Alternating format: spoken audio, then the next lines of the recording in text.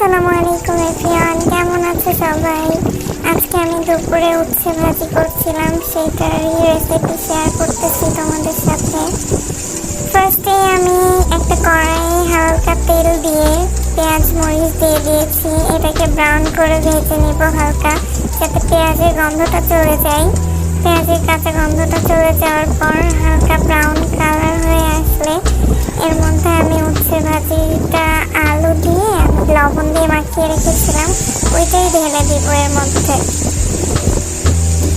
তারপর এটাকে ভালোভাবে নাড়াচাড়া করে পেঁয়াজ মরিচ আর উচ্ছে আলু একসাথে মিক্স করে নিব।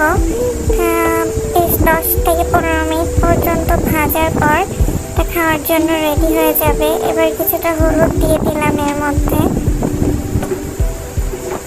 এটাকে ভালোভাবে মিক্স করে নিব। তারপরে এটাকে নাড়াচাড়া করে ঢাকা দিয়ে রাখবো কিছুক্ষণ। তারপর পানিটা শুকিয়ে গেলে আবার 5 থেকে 7 মিনিট নাড়াচাড়া করে নামিয়ে নিব। তারপর উচ্ছে ভাজিটা খাওয়ার জন্য একদম পারফেক্ট হয়ে যাবে।